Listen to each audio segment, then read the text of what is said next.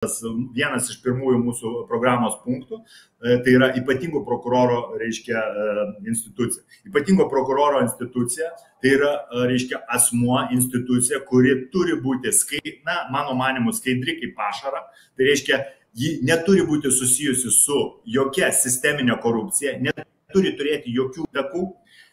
Ir šitie žmonės, jie turi revizuoti visas bylas korupcinės, visas, sakykime, reiškia padėti, sakykime taip, kovoti su korupcija.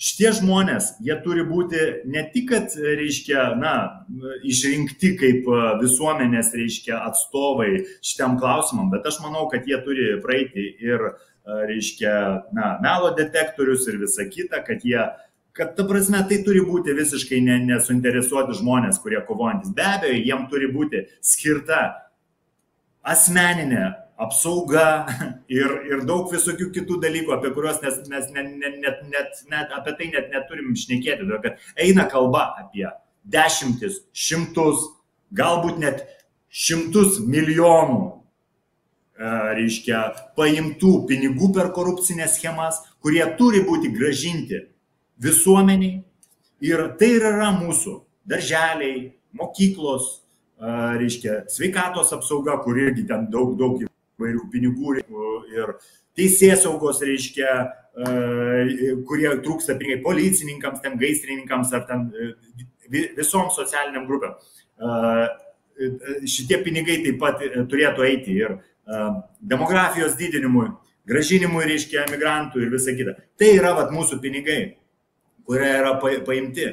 Apie tai nieks nešneka, todėl kad, vėlgi, kaip jūs ir sakot, todėl kad visi tie žmonės, kurie turėtų tai šnekėti, jie vienaip ar kitaip susijęs su oligarchais, susijęs su oligarchiniam, reiškia, partijom, susijęs per reiškia, įvairius ten kreditus, leasingus, ten leasinginiai, ten, reiškia, Seimo nariai mes girdėjom, dar kažkas. Viso to neturi būti. Jeigu nebūtų tokių žmonių, ne tai, kad nebūtų, jeigu atsirastų kitokio standarto žmonės, tai keistų iš karto situaciją. Mes pasiruošę eiti su tokiom idėjom į politiką, mes jas deklaruojam, mes galim jas išdiskutuoti su bet kuo, su formate ir parodyti, kaip tai galima padaryti. Tai čia yra vienas tik tai iš mažų pavyzdžių. O po to yra, vėlgi, mes galim pasižiūrėti tą patį Singapūro pavyzdį ir pasižiūrėti, kokiu būdu su korupcija. Ir po 30 metų, aš manau, kad mums tiek nereikės.